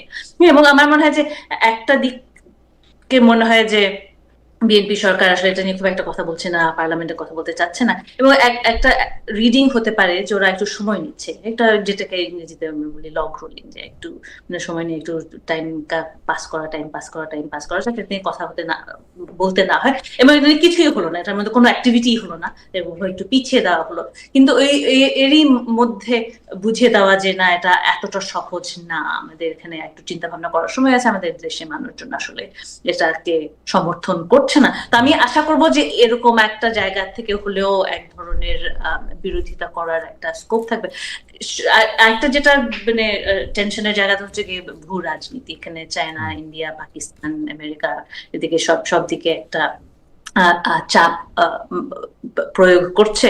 এবং এখানে যেমন যেটা একদিকে দুঃখজনকও, যে সারাক্ষণ ভাবা যে আমাদের দেশের পলিটিক্স খালি বাইরের লোকরাই চালায়, হ্যাঁ, যে তাহলে আমাদের নিজস্ব পলিটিক্সটা কোথা থেকে আসবে। তো আমাদের ওই একটা স্টেপে যাওয়া, যে আমাদের নিজস্বতা আছে কিনা। তো সেই দিক থেকে আমি বলবো যে তারেক রহমান যে প্রথমে মিলে গেলেন, সেটা হয়তো একটা খারাপ আইডিয়া না। ওখানে যে আরেকটা যেটা আমার মনে হয়েছে যে ভালো দিক হচ্ছে যে উনি কথা বলেছেন শ্রমিক শ্রমিকদের অবস্থা নিয়ে, এবং হাই স্কিলড ওয়ার্কার্স এর একটা আশ্বাস তিনি দিয়েছেন। সেটা আমি মনে করি খুবই প্রয়োজন। কারণ আবার ওই যে আমাদের এখানে যে শিক্ষা ব্যবস্থার যে অবক্ষয় হয়েছে, এবং আমাদের শ্রমিক শ্রেণী হচ্ছে পৃথিবীর সবচাইতে নিম্নমানের শ্রমিক শ্রেণী, সবচেয়ে অশিক্ষিত শ্রমিক শ্রেণী। তো সেখানের দিকে কয়েকটা দিক দিয়ে দেখা যেতে পারে যে আচ্ছা, আমরা হয়তো অ্যাসপিরেশনাল হলেও আমাদের অন্তত ইচ্ছাটা আছে যে সাপ্লাই চেইনে একটু সামনে আগাবো, ইচ্ছা আছে একটু শিক্ষিত শ্রমিকদেরকে বাইরে পাঠাবো। কারণ এখন আসলে অবস্থা আসলে খুবই খারাপ একদিক থেকে, হ্যাঁ, যে আমরা বাংলাদেশিরা, বাংলাদেশি হোক বা প্রবাসী হোক, নানান ভাবে নিপীড়িত হচ্ছে মেয়েদের ব্যাপার। তো তাই আপনি সৌদি আরবিয়াতে দেখেন যে শ্রমিকদের কিভাবে নিপীড়ন করা হয়, কতগুলো লাশ বিমানবন্দরে আসে আমাদের প্রতিদিন। আপনি দেখেন আমাদের নারীরা বাইরে ধর্ষিত হচ্ছে, হেনস্থা করা হচ্ছে, তাদেরকে নানান ধরনের হরর স্টোরিজ নিয়ে তারা ফেরত আসছে। এবং এটা মানে যে কোনো মাইগ্রেন্ট জায়গায় গেলেই আপনি এটা দেখবেন। এখানেও আবার একটা শিক্ষার একটা জায়গা আছে, যে আমরা যথেষ্ট শিক্ষা নিয়ে জেনে শুনে বুঝে আমরা যাই না, এমনি আমরা জাস্ট লোক পাঠিয়ে দিই কোনো ট্রেনিং ছাড়া। কিন্তু যদিও এখানেও একটা ডেভেলপমেন্ট, হ্যাঁ। তো ওই দিক থেকে মানে আমার মনে হয় যে মানে অবস্থা একদিক থেকে ভীষণই খারাপ, অর্থনীতির অবস্থা খুবই খারাপ, সেখানে একটা চাপ আছে। আমাদের ব্যাংকিং খাত তো খুবই খারাপ, সেখানে একটা চাপ আছে। ইসলামী ব্যাংকের নিয়ে একটা টেনশনটা এখনো আছে। মানুষজন ভাবছে যে এখানে টাকা রাখবে কিনা, সেখানে একটা অনিশ্চয়তা, টাকার দামেরও একটা ব্যাপার আছে, ডিভ্যালুয়েশন নিয়ে সেটা চলছেই। তো এই যে একটা ইকোনমিক অবস্থাটা আসলে খুব প্রিকেরিয়াস, হ্যাঁ, যেমন খুবই মানে মেপে মেপে চলার একটা সময়, ফিসক্যাল অস্টেরিটির একটা সময়, ওই একটা সময় আমরা এখন আসলে এই যে সোশ্যাল সেফটি নেট আমরা বাড়ানোর চেষ্টা করছি, হ্যাঁ, সেখানে একটা কাউন্টার ইনটিউটিভ একটা জায়গা আছে। তো সেখান থেকে আমি বলবো যে মানে এটা পজিটিভ যে একটা সোশ্যাল সেফটি নেট রাখার একটা ইচ্ছা যে আছে, কিন্তু অন্যদিকে আবার হাতও বাঁধা। IMF এসছে কিছুদিন আগে এতগুলা কন্ডিশন দিয়ে, হ্যাঁ, তো সেগুলো এখন কিভাবে মানা হবে? কিন্তু এখানে আবার প্রত্যেকটা জায়গাতেই সবচেয়ে গুরুত্বপূর্ণ হচ্ছে ব্যাংকিং এবং এই লুটপাটের ব্যাপারটা। এখন আমরা কি আসলে বিএনপি কি এই চাঁদাবাজির পলিটিক্স করেই যাবে, লুটপাট কি চলতেই থাকবে, এগুলি হয়ে যাচ্ছে। আমি ডক্টর মুর্শিদ আপনাকে ধন্যবাদ। আমি একই প্রশ্ন ফরিদা আপাকে বলতে চাই, যে প্রশ্ন করতে চাই যে বিএনপি যেসব বিষয়গুলিতে সিদ্ধান্ত নিচ্ছে, 5 মাস খুব কম সময় বোঝার জন্য কিন্তু কিছু সিদ্ধান্ত নিচ্ছে, যেমন সোশ্যাল সেফটি নেট এর ক্ষেত্রে খাল খনন, কাঠ বিতরণ, কিন্তু আইন শৃঙ্খলা পরিস্থিতি, বিনিয়োগ এবং বিশেষ করে বিদেশের সাথে সম্পর্ক, জ্বালানি পরিস্থিতি, এইসব বিষয় নিয়ে যদি আপনি একটু বলেন। তার আগে দর্শকদের নানা রকম প্রশ্ন, আজকে অনেক মানে বকাঝকাও খাইতেছি, যেই বকাঝকা খাই আমার কাছে ভালো লাগতেছে, কিন্তু আমি একটু আমার অবস্থানটা পরিষ্কার করি। আমি 100% আপনাদের মনে করা দিতে চাই, আপনারা যখন রাস্তায় একটা মেয়েকে বলেন পৃথিবীর সবচেয়ে আদিম পেশারে উল্লেখ করে কিছু, মানে আপনার কথার সাথে না মিললেই, আপনি যখন সোশ্যাল মিডিয়াতে যখন আপনি বলেন, আপনি যখন বিচার করেন, তখন আপনার মনে রাখা উচিত যে আপনি বিচারক না। আমি আমার ছোট জায়গা থেকে একটু বুঝি, আমি বিচারক না। এই আপনাদের ক্ষেত্রেও আপনারা রাগ হয়েন না, এই যে এইটার মধ্যে থেকেও আপনারা কতগুলি কথা বলতেছেন, আপনারা নিজেরা আবার পড়েন, আপনারা কি কি কথা বলেন একটা মানুষের নিয়ে, এগুলি প্লিজ আপনারা নিজেরা বলেন। তা আমরা মোটের উপর চেষ্টা করি সব মানুষের সমান অধিকারের জন্য। এইটা আমার কাছে জুলাইয়ের স্বপ্ন, যে আমি একটা ন্যায় বিচার, ন্যায্যতার ভিত্তিতে একটা সমাজ চাই। যাই হোক, আমি ফেরত আসি। বিএনপি সরকার 5 মাস পার করছে, বিএনপি সরকার কেমন দেখেন আপনারা? আচ্ছা, না, আপনি প্রথমে ঠিকই বলছেন যে 5 মাস দিয়ে বিচার করাটা মানে এটা ফেয়ার না, কারণ আমরাও তো ছিলাম, আমরাও জানি যে আসলে এরকম অনেক কিছু নতুন ভাবে দেখতে হয়। তারপর তো তাদের একটা দলীয় সরকার, এটা তারা নির্বাচিত সরকার, তাদের নিজস্ব কিছু ম্যানিফেস্টো আছে, নিজস্ব কিছু প্রতিশ্রুতি আছে, সেগুলো দিতে হয়। আর তাছাড়া যেটা নবীন বলে শেষ করলো যে লুটপাট তো চলছেই, লুটপাট তো মানে যেটা কন্টিনিউ করছে, যে বিএনপির মানে ইয়ের সাথে, মানে বিএনপি সম্পর্কে অনেকে যেটা বলে যে লুটপাট করে, চাঁদাবাজি করে, সেগুলো তো কিন্তু চলছেই।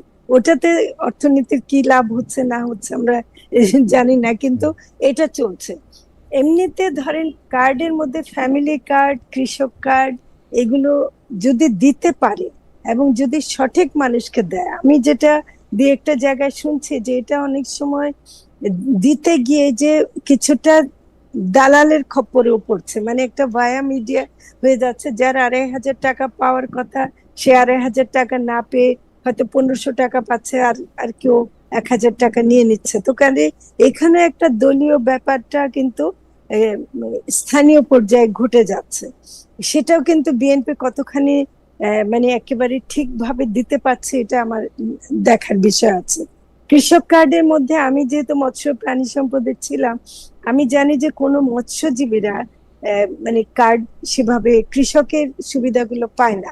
তো কাজে মৎস্যজীবীদেরকে দেয়া হচ্ছে কিনা, একবার শুনছি যে দেয়া হবে, কিন্তু কৃষক কার্ডের ব্যাপারটা মৎস্যজীবী বা খামারিদেরকে কতটুকু দেবে, এখানেও একটা বৈষম্য কিন্তু থেকে যায়। এটা আমি একটু বলে রাখলাম আমার অভিজ্ঞতার প্রেক্ষিতে। আর তাছাড়া জ্বালানি, তারা একটা বড় সময়, তাদের আবার মৌসুম আছে, একটা সময় তাদের তখন লাগে একদম চুপচাপ, মাছ ধরতে পারে না, তখন মন্ত্রণালয় থেকে দেয়, মন্ত্রণালয় থেকে কিছু সেবা চাল দেয়, কিন্তু সেটা মোটেও পর্যাপ্ত না। এবং এটা আরেকটু অনেক বেশি অর্গানাইজড হওয়া দরকার ছিল, অনেক বেশি নাম, তালিকা, ডেটা, এগুলো করে মানে হচ্ছে। তো সেজন্য আমি কার্ডের ব্যাপারে একটু মানে যদিও এটা ভালো পদ্ধতি হতে পারে, যদি এটা ঠিক মতো এটার মধ্যে দলীয়করণ হওয়ার সম্ভাবনাটা অনেক বেশি, তো সেটা একটু ভয় আছে। জ্বালানির ক্ষেত্রে আমি এমনি একটা বড় মন্তব্য করতে চাই যে জ্বালানির ব্যাপারে সরকার মানে কতখানি মানে নতুন ভাবে আমাদের গ্যাস উত্তোলন বা এগুলি করছে আমি জানি না, কিন্তু ফসিল ফুয়েল নির্ভর জীবাশ্ম জ্বালানি নির্ভরতা যদি না কমায়, তাহলে কিন্তু আগামীতে চলা খুব কঠিন হয়ে যাবে। আমাদের কৃষিকেও জীবাশ্ম ডিজেল নির্ভর হয়ে যাচ্ছে, আমাদের মেকানাইজ চাষ করতে গিয়ে সেটাও তো ডিজেল লাগছে, তো বিদ্যুৎ লাগছে, এই যে নানা রকম আমরা ফসিল ফুয়েল নির্ভর হয়ে যাচ্ছে। তো এটা কিন্তু সরকারকে খুব গভীরভাবে Okay. ভাবতে হবে যে এটা কিভাবে তারা সমাধান করবে। আপা, আমি শেষ প্রসঙ্গে যাচ্ছি। শেষ প্রসঙ্গে হচ্ছে যে আপনি বলবেন নাভিন মুর্শিদ, সেটাতে নিয়ে সর্বশেষ কথা বলবেন, সেটা হচ্ছে যে ভারত প্রসঙ্গ। কিন্তু তার আগে নাভিন মুর্শিদের জন্য আমাদের একজন দর্শক রফিক মমিন একটা মন্তব্য করেছেন, আপনি একটু অ্যাড্রেস করতে পারেন যদি আপনি যখন বলবেন তখন। উনি বলছেন, Navin Murshid, you don't need to set a separate training institute for foreign workers, you should add the technical courses along with the academic study from L1। উনি বোধহয় লেভেল 1 বুঝাতে চাইছেন। আপনি এটা নিয়ে পরে এটা বলতেও পারেন। আমাদের প্রশ্ন ভারত নিয়ে, তবে আমি মাঝখানে আরেকটু বলে না না, রাখি। কিন্তু আমি এখানে একটু নবীনকে একটা আপা, আপনার কাছে আসছি, আমি আপনার কাছে আসছি। হ্যাঁ, নাভিন শেষে হ্যাঁ, বলবে, আপনার কাছে আসছি। তার আগে আরেকটা জিনিস হচ্ছে যে ওই পুরনো ব্যাপারটা নিয়ে একটু বলে রাখি। জামাত ইসলামীর যারা সমর্থক আছেন তারা আমাকে বারবার বলতেছেন যে আমি ঠিকই বলেছেন। আমি আপনাদেরকে বলতে চাই যে না ভাই, আমি ঠিক বলছি কিনা সেইটার বিচার আপনি কইরেন না। তার আগে আপনি একটা জিনিস বিচার করেন। আপনারা মেয়েদের কর্মঘণ্টা কমাই দিতে চান, আপনারা মেয়েদেরকে ঘরে রাখতে চান, আপনারা বলেন মেয়েরা ঘরে থাকলে নাকি বেশি সম্মানপ্রাপ্ত হবে, আপনারা ছেলে মেয়েদের জন্য আলাদা স্কুল কলেজ ইউনিভার্সিটি চান। আমি আপনাদের মনে করে দিতে চাই যে আপনারা এগুলি চান, এগুলি কেন চান সেগুলি ব্যাখ্যা আপনাদের দিতে হবে ভাই। আমার এত প্রশ্ন করে লাভ নাই। আমি কিন্তু মনে করি এরকম কাজ আরো 5,000, আরো 10,000, আরো 15,000 বাংলাদেশে হইতেছে, আপনারাও তার মধ্যে অনেকগুলি করতেছেন। হাওয়েভার, ফরিদাপা, ভারত নিয়ে প্রশ্ন করতে বলা হচ্ছে যে ভারতের বর্তমান আন্দোলনটাকে, যেটাকে ককরোচ আন্দোলন হিসেবে একটা খ্যাতি পাইছে, তেলাপোকা আন্দোলন, সেইটা শিক্ষা মন্ত্রীর পদত্যাগের দাবিতে যেটা এখন আটকে আছে, অনেকে বলতেছেন যেটা প্রধানমন্ত্রীর পদত্যাগের দাবি পর্যন্ত পৌঁছাতে পারে, একটা মিড টার্ম, একটা ইলেকশন আসতে পারে। এইটা আপনি আসলে কিভাবে দেখতেছেন? এটা আমাদের ডক্টর মুর্শিদের কাছেও প্রশ্ন। আপনার বলার শেষে আমরা মুর্শিদকে শুনে আজকের অনুষ্ঠান শেষ করব। আর আপনার আগে যদি কিছু আমি শুধু তার আগে একটু নবীনকে একটু বলতে চাই বিনয়ের সাথে, যে ওই আমাদের যারা প্রবাসে যারা কাজ করে তারা ঠিক অশিক্ষিত, আমি যদি না বলি তো ভালো হয়, তারা আসলে আনস্কিলড, মানে তারা অদক্ষ, দক্ষতার দিক থেকে ওইটাই বলছে মুর্শিদ, ওইটাই বোধহয় মুর্শিদ বলছে, ওইটাই বলছে। আমি সেটাই বুঝছি, কিন্তু দর্শকরা বা অনেকে যদি মনে করে যে অশিক্ষিত বলা হচ্ছে না, এটা আসলে আবার শিক্ষা ব্যবস্থার ক্ষেত্রে আমি আমার অভিজ্ঞতার কথা বলি। যখনই কোনো জায়গায় আসতে সময় মধ্যপ্রাচ্যটা পার হই, আমি খুব দেখি যে আমার ভাই সে কাজ করতেছে হচ্ছে 45 থেকে 50 ডিগ্রি সেলসিয়াস টেম্পারেচারের মধ্যে বাইরে, এবং আমার পাশের দেশের, মানে সেটা ইন্ডিয়া হোক, পাকিস্তান হোক, এমনকি শ্রীলঙ্কা হোক, ও কাজ করতেছে হচ্ছে এয়ার কন্ডিশনের ভিতরে, কারণ ও তার সুপারভাইজার, ও ওর থেকে বেশি কি জানে, ও ওর থেকে বেশি জানে 3টা ইংরেজি লাইন, আমি শিওর তার চেয়ে বেশি না। কারণ এইটা কেন আমরা শিখতে পারবো না, এটা কেন আমরা করতে পারবো না, এটা স্কিলের অংশ। আমি আনপ্রিপেয়ার্ডনেস এর জায়গা থেকে বলছিলাম, যেটা ইন্ডিভিজুয়াল জায়গা থেকে না, যে আমরা যে ঠিকমতো তাদেরকে স্কিল করে পাঠাচ্ছি না, এটা আমাদের দেশের সমস্যা, সেই জায়গা থেকে। এইটাই আমি সেটাই বুঝছি। আমি খালি দর্শকদের ভারতীয় আন্দোলন নিয়ে যদি বলতেন। আচ্ছা, আজকে অনেকগুলি মেসেজ পড়ছে, এটা শেষ প্রশ্ন। খালেদ ভাই, আপনি যদি জামাতের সমর্থক হয়ে থাকেন তাহলে আপনি বলেন তো, আপনারা নিজেদের বেলায় লিবারেল আইন ফলাতে চান, কিন্তু আবার লিবারেলদের মোরাল পলিসিং করেন, জামাতের সমর্থকটা। আচ্ছা, যাই হোক, আজকে আপনি ভালো খ্যাতি পেয়েছেন। জি, ফরিদা আপা বলেন। জি, আচ্ছা, না, ভারতের যে এটা ককরোচ যে মানে পার্টি, জনতা পার্টি, সিজেপি, সেটা কিন্তু আসলে হওয়াটাই কিন্তু খুব ইন্টারেস্টিং, যে একজন বিচারপতি উনি একটা মন্তব্য করেছেন। ঠিক দেখেন, আমাদের পুরো ঘটনার মধ্যে একটা মিল আছে। আমাদের কিন্তু শিক্ষা ব্যবস্থার মধ্যে কিন্তু এই আমাদের তরুণ সমাজরা কিন্তু সমস্যাগুলো খুঁজে পাচ্ছে, এবং তাদেরকে কেউ ট্যাগিং করবে, কোন একটা নামকরণ করবে। আমি তো ভয় পাচ্ছি বাংলাদেশে কখন ফার্মের মুরগি পার্টি না হয়ে যায়। কারণ এই যে শিক্ষামন্ত্রী পট করে বলে ফেললেন যে ওরা ফার্মের মুরগি, এই যে মানে আমাদের যারা ভারতেও দেখেন, এটা কিন্তু পুরো উপমহাদেশেই এটা কিন্তু আমাদের সংস্কৃতির মধ্যে মিল আছে। আমাদের যারা তরুণরা, আমরা কিন্তু অত সহজে গ্রহণ করি না, এবং তাদেরকে একটা হেয় করে কথা বলার মধ্য দিয়ে যেটা হয়েছে, এটা কিন্তু ভারতের জন্য একটা বিশাল হুম। কাল হয়ে গেছে। এবং আমি মনে করি এটাতে আমি অনেক পজিটিভ ইঙ্গিত দেখছি, মানে পরিবর্তনের ইঙ্গিত দেখছি। কারণ যেখানে মনে হয়েছিল মোদী সরকারকে হটাতে পারবে না, ঠিক আমাদের এখানে যেমন মনে হয়েছিল ফ্যাসিস্ট সরকারকে হটাতে পারবো না, ঠিক তেমনি কিন্তু ভারতে এখন মোদির গদিও নড়বড়ে হয়ে যাচ্ছে। তো কাজে এখানে আপা আমার এবং একটা প্রশ্ন ওখানে আছে, শিক্ষা ব্যবস্থা, আমার একটা প্রশ্ন আছে আপা, এই যে হ্যাঁ ফার্মের মুরগি বলে ফেললো আমাদের শিক্ষামন্ত্রী, হ্যাঁ হ্যাঁ তো হ্যাঁ, উনি কি মানে উনি নিজেরে কি মুরগি মনে করেন না উনি মানুষ, বাচ্চারা ফার্মের মুরগি, মানে ব্যাপারটা সেটাই ব্যাপারটা কি মানে সেটাই না, এই যে এটা বলাটা যে মানে খুব উনি অন্যায় খুব হচ্ছে। ছাড়া আমি মুরগি, আজকে সবার উনি সামনে খুব ছাড়া আমি মুরগি, বাচ্চারা ফার্মের মুরগি। হ্যাঁ, এটা কিন্তু বাচ্চাদের বৃষ্টিতে ভিজে পরীক্ষা দিতে যাওয়া বাচ্চাদের ক্ষেত্রে হুম। এই কথাটা বলাটা চরম অন্যায় কাজ হয়েছে। আমি একদম ওপেনলি এটা বলছি যে এটা একজন শিক্ষামন্ত্রী এভাবে, উনি যে উদ্দেশ্যে, উনি পরে ব্যাখ্যা দিয়েছেন ওনার নিজের মেয়েকে উনি তাই বলেন, হুম। আমরা এটা বলেন তো, বলতেই বলেন পারি, বলেন কিন্তু বলেন। কিন্তু সেটা কোনো মতেই উচিত কিন্তু হয়নি। নিজের মেয়েকে উনি, ভারতে এটা নিজের মেয়েকে উনি আর যা কিছু বলেন তা কি আসলে সব মানুষকে উনি বলতে পারেন? মানে বলেন, এটা তো এটা তো পারেন না, এটা তো আমরা পারেন না, আমাদের বাচ্চাদের পারেন যা না। বলবো সেটাকে সব মানুষকে সেজন্য বলবো। আমি এই ভারতের প্রসঙ্গে এটা বললাম যে তেলাপোকা যেমন বলার কারণে একটা পার্টি হয়ে গেছে, হুম। বাংলাদেশে যদি শুনেন যে ফার্মের মুরগি পার্টি হয়ে গেছে, আমি অবাক হব না। কিন্তু কিন্তু ভারতে আপা একটু আমাকে বলেন তো, আপনি তো এগুলি খুব খেয়াল করেন, আমরা ডক্টর মুর্শিদকেও শুনতে চাইবো, কারণ ভারতে একজন বিচারকের পক্ষে কেমনে বলা সম্ভব হলো যারা চাকরি চাচ্ছে তারা তেলাপোকা? মানে হ্যাঁ, সে দেখেন, সে সে এবং কোন সে লেজি, কোন দেশের লোক? এবং সে একজন লেজি। বিচারক, আজকে 25-30 বছর ধরে বিচার না করলে তো উচ্চ আদালতে বসার কথা না তার, মানে আমার মনে হয় কি ওনার তেলাপোকা সম্পর্কে খুব ভালো ধারণা ছিল না। আচ্ছা। তেলাপোকা যে কত শক্তিশালী সেটা উনি না, বোধহয় ঠিক জানতেন না। আমাদের উনি যে তেলাপোকা আমাদের যে তো মানে মানে মানুষকে একটা বইলে ফেলানো। আপা আপনাকে ধন্যবাদ, আপনি যদি শেষ করেন তাহলে আমরা ডক্টর মুর্শিদকে শুনে একটু শেষ করি। না, আর একটা আমি আমি খালি বলি যে জি। আমি অনেক ইতিবাচক দেখছি, এই আন্দোলনটা সফল হোক, আমার দিক থেকে সেটা বলা থাকলো আর কি, এবং এটা ছড়িয়ে পড়বে। আরেকটা আজকে আরেকটা মন্তব্য না পড়ার লোভ সামলাতে পারতেছেন, ওনার নাম মোহাম্মদ করিম। উনি বলতেছেন অন্যায় করাটা দোষ নয়, ধরাটা দোষ। ছি Khaled, probably you have similar nature like Nazrul. However doctor Murshid, তেলাপোকা, সিজিপি এবং বাংলাদেশের ভারতীয় আন্দোলন নিয়ে, ককরোচ জনতা পার্টি নিয়ে আপনাদের মতামত জানতে চাইছেন দর্শকরা। এটা থেকে আসলে শিক্ষামন্ত্রী পদত্যাগ, প্রধানমন্ত্রী পদে পর্যন্ত যেতে পারে কিনা, তারা বাংলাদেশের আন্দোলন দেখে ইন্সপায়ার্ড কিনা?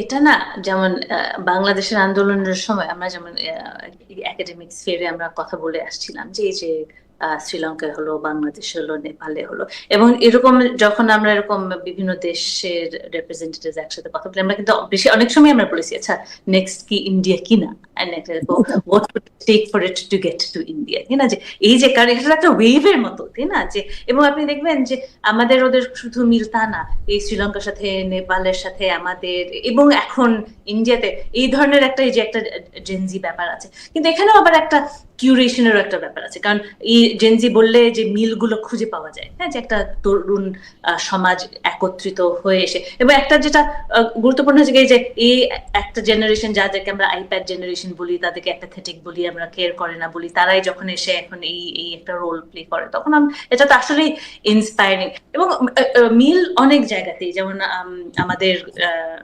জুলাই আন্দোলনের সময় আমরা এখনো শুনে আসছি যে কত আমেরিকান ডলার এসছে এখানে, সবাই কিনে এদেরকে আনা হয়েছে, এবং একই কথা আমরা ভারতের বেলাতেও শুনছি, তাদের ডলার নাকি চলে আসছে, তারা সবাই প্ল্যান্ট, তারা সবাই কনস্পিরেসি। এবং এটাই আসলে মানে আমার কাছে তখন মনে হয়েছে যে হ্যাঁ, আপনারা দেখতে পারেন সব জায়গায় প্ল্যান, সব জায়গায় কনস্পিরেসি থিওরি, কিন্তু এটাও আপনাদের মাথায় রাখতে হবে, যদি একটা প্ল্যান্ট, একটা কনস্পিরেসি থিওরিস্ট বা কনস্পাইরারের কথা শুনে যদি হাজারে হাজারে মানুষ রাস্তায় নামে, তাহলে আপনাদের একটু চুপ করে শোনা উচিত ওরা কি বলছে। কারণ এত হাজার হাজার মানুষ, তো সবাইকে তো আপনি কিনেননি, এই ক্ষমতা তো আসলে কারণ নাই। যখন হাজারে হাজারে মানুষ বেরিয়ে আসে, তখন সামথিং ইজ আপ, তখন এই রাগ, এই রেজ, এটা কিন্তু কেনার না, দিস ইজ রিয়েল। হ্যাঁ, তো সেটাকে আপনি অবজ্ঞা করতে পারেন না, সেটাকে আপনার শুনতে হবে, এটা আপনি এটাকে ডিসমিস করে দিতে পারেন না। হ্যাঁ, এই জিনিসটা, এটা মানে মানে জোক আকারে হয়তো বলা উচিত, হ্যাঁ, যে এখন যেহেতু শেখ হাসিনা ওখানে আছেন, হয়তো তাদের কাছে এটা স্পষ্ট কি করা উচিত না এখন। হ্যাঁ, তো আমরা হয়তো দেখবো না, যে শুরুতেই বলছিলাম যে তারা এই লাঠি চার্জের বাইরে কিন্তু যাচ্ছে না, তারা খুব একটা এখনো এগ্রেসিভ হচ্ছে না, এবং তারা যদি কোনো লেসন নিয়ে থাকে আমাদের জুলাই থেকে, তাহলে সেটাই হবে, সেটা যে ওরা অতটা এগ্রেসিভ হবে না, একটা মিনিমাম ডেমোক্রেটিক রাইট গুলো বজায় রাখবে। এবং এটা একটা টেস্ট অফ ইনস্টিটিউশনস, কারণ আমাদেরও একটা ইনস্টিটিউশনাল ইস্যু আছে, ওদেরও। আমাদের তো ইনস্টিটিউশন গুলো একেবারে পচন ধরে গেছে, ভাঙাই বলা যায়, এবং ওদের গুলো ভাঙা হচ্ছে। হ্যাঁ, যে এবং এই মোদী সরকারের এই পুরো সময় জুড়ে আমরা দেখে আসছি যে আস্তে আস্তে করে কিভাবে ইনস্টিটিউশন গুলোর মধ্যে আঘাত হানা হচ্ছে। তো সেটারই একটা পরীক্ষা এখন হবে, হ্যাঁ, যে তারপরেও ইনস্টিটিউশন গুলো টিকে থাকে কিনা, তারপরেও ওগুলো এক ধরনের ব্যারিয়ার হিসেবে হাজির হয় কিনা স্টেট রিপ্রেশন থেকে। যদি হয়, তাহলে ওরা এক দিক থেকে তারা আবার বেঁচেও যাবে, যে ওই মোদী সরকার পর্যন্ত যাবে না। তো আবারও আমি বলবো যে এটা গণতন্ত্রের ব্যাপারটা তো শুধুমাত্র ইলেকশন না, শুধুমাত্র প্রধানমন্ত্রীকে ইত্যাদি সেটা না, এই পলিটিক্যাল ইনস্টিটিউশন গুলো কিভাবে কাজ করে, ঠিক মতো রিপ্রেজেন্ট করতে পারে কিনা, এবং যদি পারে তাহলে এক ধরনের সমঝোতায় চলে যেতে পারবে, কিন্তু যদি না পারে, যদি আসলে এটা একদম ওদের ওখানে ওই টেস্টটা এখন চলছে যে পলিটিক্যাল ইনস্টিটিউশন গুলো কতখানি আসলে বিজেপির আয়ত্তে চলে এসছে, হ্যাঁ, সেটারই একটা ফল আমরা দেখতে পাবো এই আগামী কিছু। আমি একটু জিওগ্রাফিক্যাল বা লোকেশন ভিত্তিক একটা জায়গা, এই আন্দোলনটাকে কি আপনি রাজধানী বা নয়াদিল্লি বা আরো স্পেসিফিকলি যন্তর মন্তর ভিত্তিক আন্দোলন মনে করেন, নাকি সারা দেশে, ভারত যেহেতু অনেক বড় দেশ এবং কাঠামোটাও আলাদা, ফেডারেল কাঠামো যেহেতু, পুরো দেশে এটার প্রভাব আসে আসলে? এটা তো শুরু হয়েছিল যন্তর মন্তরে, এবং দিল্লির একটা, আপনারা যদি জেনে থাকেন, দেখবেন যে এই যন্তর মন্তর একটা প্রোটেস্ট সাইট বলা যায়, যে যত যাই হোক না কেন, খানিকটা আমাদের মুক্তাঙ্গনে, হ্যাঁ, যে যাই হোক না কেন সবাই যন্তর মন্তরে যাচ্ছে, এবং ওটা প্রতিদিন ওখানে কিন্তু ওটা মানে প্রতিদিন ওখানে প্রোটেস্ট চলে, হ্যাঁ, যে এটা হোক সেটা হোক, মানে ছোটখাটো থেকে বিশাল কিছু এরকম। হ্যাঁ, তো শুরুর দিকে যার কারণে অনেক সময় বোঝাও যায় না যে এটা কত বড় একটা কিছু, কিন্তু এখন আমরা দেখছি যত ছড়িয়ে গেছে, পশ্চিমবঙ্গেও এখন আছে, কর্ণাটকে আছে, মানে সব জায়গায় এখন চলছে। তো এটা আমার মনে হয় না এখন যে শুধু দিল্লি ভিত্তিক বা যন্তর মন্তর ভিত্তিক থাকবে বা থাকছে, এটা ছড়িয়ে পড়ছে, এবং সেখানেই একটা ইন্টারেস্টিং। কিন্তু আরেকটা জিনিস না বললেই নয়, যে আমি নিজেকে একটু কন্ট্রাডিক্ট করে একটা কথা বলতে চাই, সেটা হচ্ছে যে আমরা দেখতে পাচ্ছি এক ধরনের রিস্ট্রেইন্ট পুলিশের কাছ থেকে, কিন্তু এই রিস্ট্রেইন্ট কিন্তু আমরা আবার নর্থ ইস্টে বা কাশ্মীরে দেখি না, সেখানে তারা স্পেশাল পাওয়ার্স অ্যাক্ট, এখানে একটা বৈষম্য কিন্তু আছে, কিন্তু এখানেও আবার একটা ইনস্টিটিউশনাল গল্প আছে, কারণ সেখানে তাদেরকে এই স্পেশাল পাওয়ার্স ইনভোক করে রিপ্রেসিভ হতে হচ্ছে। অন্তর্বর্তী সরকারের কথা আপা একটু মাইন্ড না করলে, অভয় দিলে একটু বলি, অন্তর্বর্তী সরকারের সময়ের কথা মনে পড়ে আসলে, কিন্তু স্পেসিফিকলি গরমের মধ্যে কাকে ঠান্ডা পানি দেওয়া হবে এটা আপা না জানতে পারেন, কিন্তু সেটা কিন্তু করা হয়েছে আপা, সেটা কিন্তু করা হয়েছে, শিক্ষকদের গরম পানি আর কাকে ঠান্ডা পানি, এটা কিন্তু আপা করা হয়েছে সেই সময়। ডক্টর মুর্শিদ বলছেন বলে আমার একটু মনে পড়লো, এটা করা হয়েছে, এইটা সেই সময় এটা করা হয়েছে। হাউএভার আমার কাছে মনে হয় যে আমরা আজকে অনুষ্ঠান শেষ করে, আপাকে কিছু বলতে চাইছিলেন? যে না, আমি নবীনের কথাতে একমত, এবং আমি মনে করি যে এটা ছড়িয়ে পড়বে। তবে ভারতে মানে এটা যেহেতু শিক্ষা ব্যবস্থা কেন্দ্রিক একটু বেশি মানে প্রতিবাদগুলো হচ্ছে, তো ভারতেও তো আবার অনেক জায়গায়, কেরালা বা অন্যান্য জায়গায় এরকম পরিস্থিতি না থাকলে সেখানে কম হতে পারে, কিন্তু এটা ছড়িয়ে পড়বে, এতে কোনো সন্দেহ নেই। অনেক ধন্যবাদ ফরিদা আক্তার, অনেক ধন্যবাদ ডক্টর নাভিন মুর্শিদ, আপনারা দুইজনই অনেকগুলি বিষয় নিয়ে কথা বলেছেন। আমরা আজকে খুবই ডেলিকেট বিষয় নিয়ে একটা কথা বলেছিলাম, আসলে আমাদের মানে